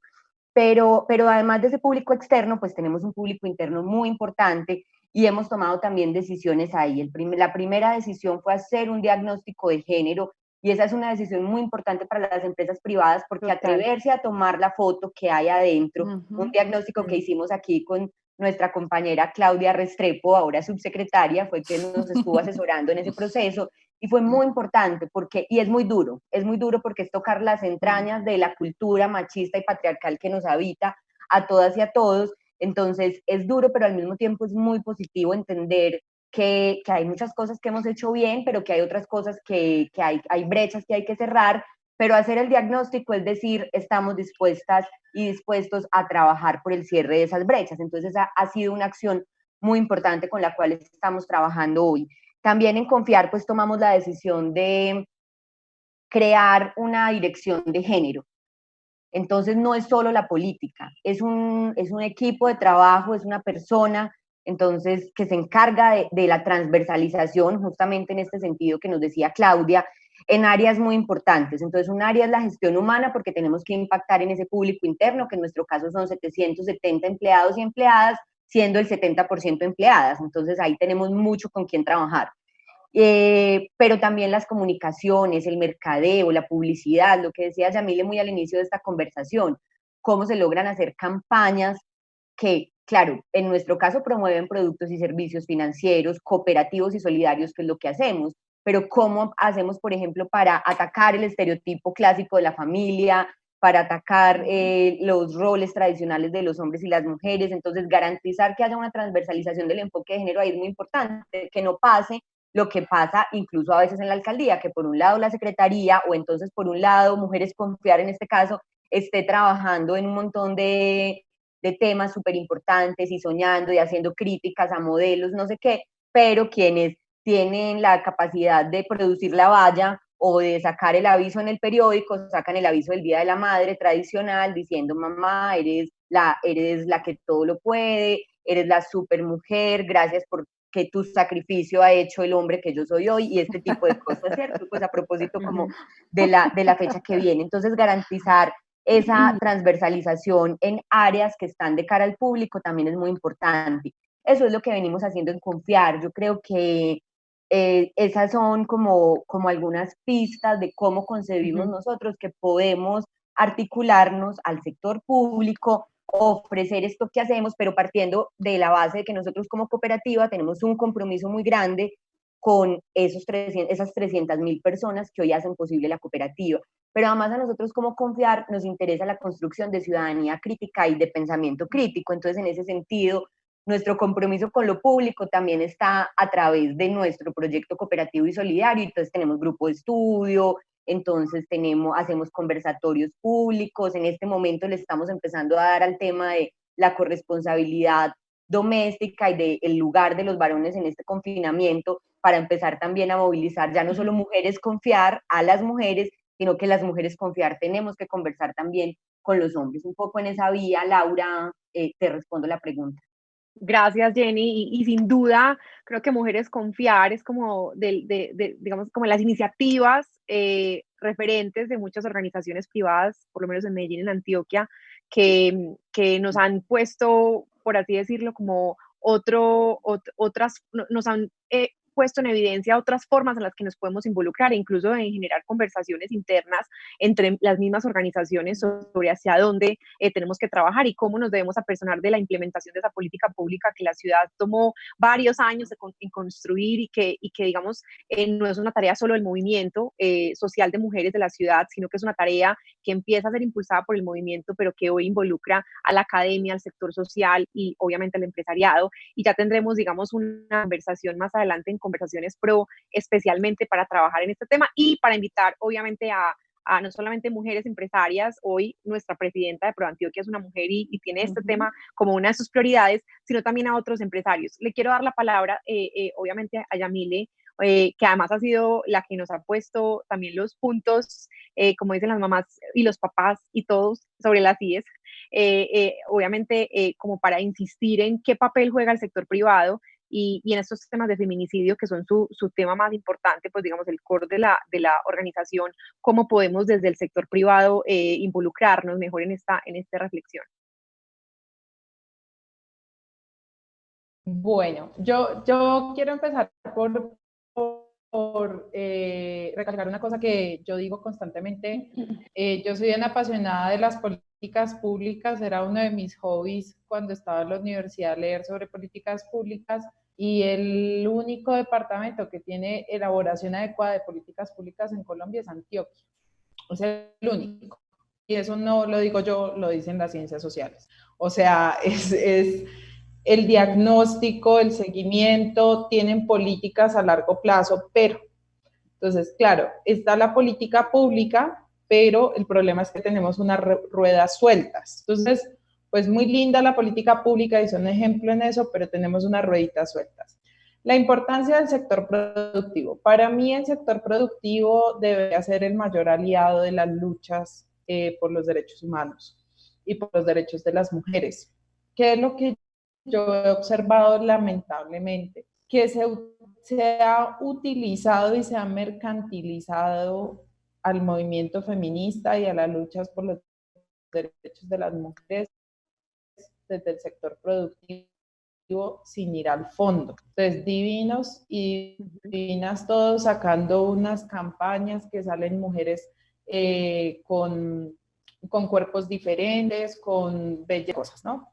Y, o sea, y más allá de eso, ¿qué está pasando con el sector productivo? Entonces, ¿cuáles son las líneas que yo creo que debería tener en cuenta el sector productivo? Una que rara vez se toca, y es las mujeres adultas mayores en el sector productivo. Y voy a decir una cosa que a mucha gente le va a parecer que esta señora allá loca de que está hablando.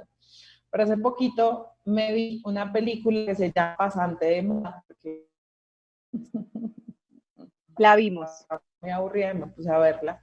Y es la historia de un señor, pues que termina el servicio de una mujer muy joven, y entonces me pareció muy bonito, porque yo estoy rodeada de mujeres muy jóvenes, pero pero cada vez que yo necesito un consejo en la vida, pues ¿a quién voy a llamar? Pues a mi mamá, a mis amigas que ya tienen 40, 45, ¿y por qué no está haciendo eso el sector productivo? O sea, se estresan porque los jóvenes, que porque los millennials, que porque los centennials, que porque no sueltan el celular y porque no están contratando a mujeres de 40 años, de 45, que tienen un montón de experiencia y no importa la experiencia profesional en sí misma, sino la experiencia en el mundo, en la vida.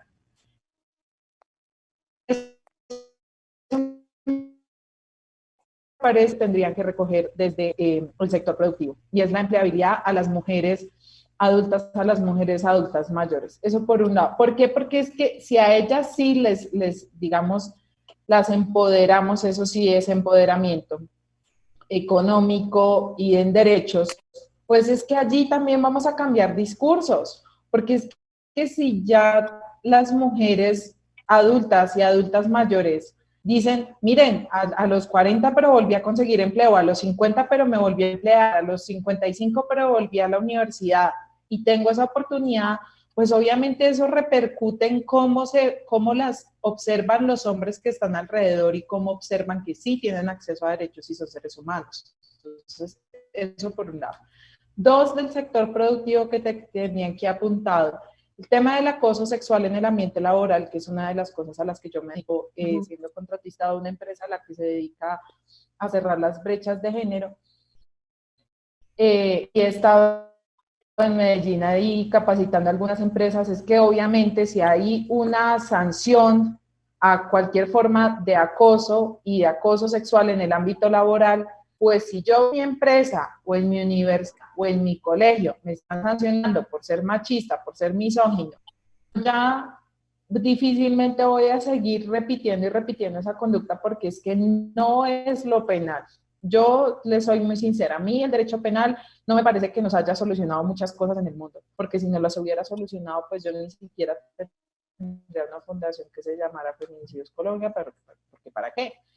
Pero sigue ocurriendo porque no hay unas modificaciones. Y hay una cosa muy importante que ustedes han mencionado aquí, que es una cosa en la que se está especializando.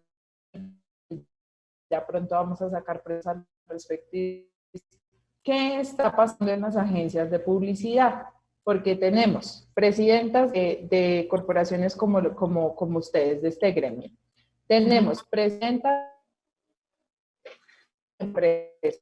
Tenemos, el problema es que cuando se hace la marca, cuando se hace la publicidad, lo que tenemos son grandísimos números de hombres directores creativos de agencias de publicidad que convierten todo ese afán, toda esa necesidad que tenemos de cambiar el discurso en campañas que vuelven y perpetúan el estereotipo, lo que decía Jenny. Entonces, todo ese esfuerzo de las mujeres en el poder se pierde en un momento porque la publicidad no está avanzando, la comunicación social no está avanzando. O sea, fíjense la manera en la que se siguen narrando los feminicidios. La mató por celos, muerte pasional. O sea, si no cambiamos digamos, el sector de las comunicaciones, tampoco vamos a tener, digamos, un mejoramiento. Entonces, yo creo que debe ser el sector productivo, dentro del cual está el sector de las comunicaciones, que deben tener unas mejores formaciones e ir retrocediendo en eso. Y pienso, sin duda, que pues al final es que ni siquiera es por echarles flores, es que es lo que es. O sea, que los ejemplos de las empresas y tal vienen desde Antioquia, que eso es el referente que tenemos. Pues si ustedes cambian ya las formas, muy seguramente el impacto que vamos a tener va a ser mejor. Pues es muy, a mí me dirán que no, que tan linda, que porque la invitaron allá es que dice maravillas, no, yo siempre las digo, porque además casi que la mitad de mi vida estoy en Medellín, estoy lunes, martes y miércoles cuando la vida era normal en Medellín, pero esa es la verdad, eso es lo que nos traemos. Uno debe, digamos, copiar bueno, y yo confío mucho en la empresa antioqueña y en las mujeres antioqueñas que veo ahora, y creo que se puede dar el cambio, pero solo si el sector productivo lo hace, el Estado lo hace. Si el sector productivo no cambia, el Estado va a cambiar. Eso sí, estoy absolutamente clara que no va a pasar. Bueno, yo pues ya nos están así haciendo señas que debemos terminar. Yo creo que esta debe ser la primera de varias conversaciones que tengamos organizadas, obviamente entre Medellín, cómo vamos y por Antioquia. Les quiero dar a ustedes un especial agradecimiento por acompañarnos, por además inaugurar estos espacios. Vamos a tener una segunda conversación sobre este tema con énfasis en los temas de género, digamos los retos que tenemos en equidad de género en el sector empresarial, que además hace parte de una línea de conversaciones en alianza con la Universidad de AFIT. El martes 19 de mayo esperamos contar con, pues esta vez que nos acompañe Juliana y obviamente Claudia, eres nuevamente bienvenida a esta conversación, pero quiero recordarlo aquí antes de terminar porque va a estar Valeria Mira, directora de gestión del conocimiento de AEQuales, un poco hablándonos de los resultados del primer capítulo subnacional que se hizo de medición de 70 empresas antioqueñas para evidenciar cómo estamos, no solamente en términos de la participación de la mujer en el sector privado, sino en qué áreas, en qué niveles de los cargos de toma de decisiones, qué retos tenemos, por ejemplo, en cierre de brechas y superación de barreras de estereotipos que se siguen reproduciendo en nuestras empresas antioqueñas. Entonces creo que va a ser una conversación con especial énfasis en los desafíos que desde el sector privado tenemos que empezar a hacer visibles y obviamente que se traducen en políticas, planes y recursos para promover e incidir en la equidad de género.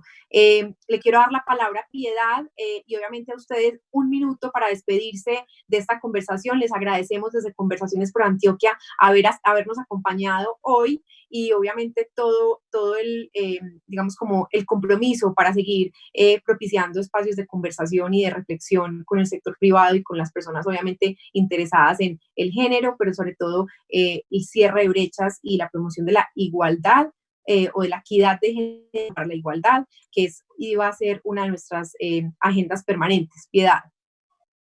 No, ya para finalizar, agradecer de nuevo a nuestras panelistas, a Claudia, a Yamile, a Jenny y a todos quienes siguieron esta transmisión. Como dice Laura, es la primera de muchas otras que vendrán. Estamos muy contentos con el resultado, creo que hay conclusiones bien interesantes, unas miradas más positivas, otras quizás más realistas, otros dirán más pesimistas, pero me quedo con la palabra que decía Claudia al inicio y esa es la continuidad, es decir, no continuidad solo en el diálogo, sino también en las acciones en pro de la equidad de género para promover los derechos humanos y principalmente los derechos de las mujeres. Muchas gracias a ustedes.